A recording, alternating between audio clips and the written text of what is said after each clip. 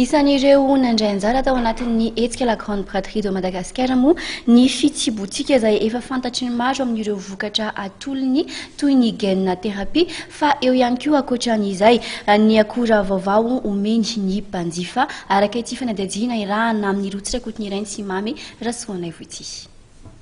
Fitaovana vaovao indray no atolotry ny toeram-pivarotana fitsibotika ho an'ireo mpanjifa dia ny détecteur de faux billets na ny milina ahafahana mitily ireo vola sandoka. Azo antoka tanteraka ny milina ary eo ny eo dia fantatra raha sandoka ilay vola na tsia. Zavatra ndray zany zay fikaran'ny fitsibotika dia miezaka hatrany ny zavatra izay mahasoa ny olona amin'izao fotoana dia fitsibotika zany dia mitondra détecteur na vola izany indray mba ahafahan'ny mpivarotra zany mijery ny vola sandoka sy ohatran'izany dia manao fihenam-bidy be hatrany izay ary toizanay moa ilay izy ity hatrany amin'ny magasin zany fihenam-bidy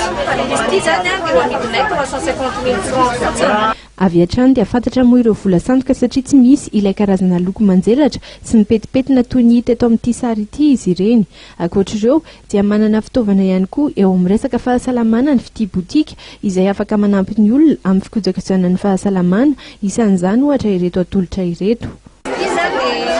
Miezaka hatrany foana ko zany hoe tsisy zavatra misy fanafody mihitsy ilay izy mba ahafahantsika mba hoe tsisy complication ohatran'ny amin'ny olona zany hoe manahoana ny ohatran'izany fa izy zany dia fanorana ohatrany hatrany manampy antsika vehivavy izay marary ao anatin'ny faritran'ny olona dia izy ity zany tena farany tsara indrindrany tsy mahafantatra hoe mety misy cancer ianao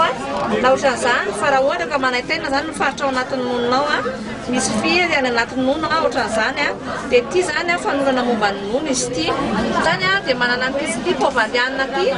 izay ho an'ny vehivavy tsy miteraka ho an'ny vehivavy marary ao anaty tranonjazy ary ho an'ny vehivavy ménopause. Pislip ity zany dia fanorana ihany koa mamoaka fanana toromalinina izy ity dia nono ao anatin'ny adiny iray isan'andro ianao manala ny fanaitainana manasitrana ny aretina rehetrarehetra ao anatin'ny tranonjanaka ao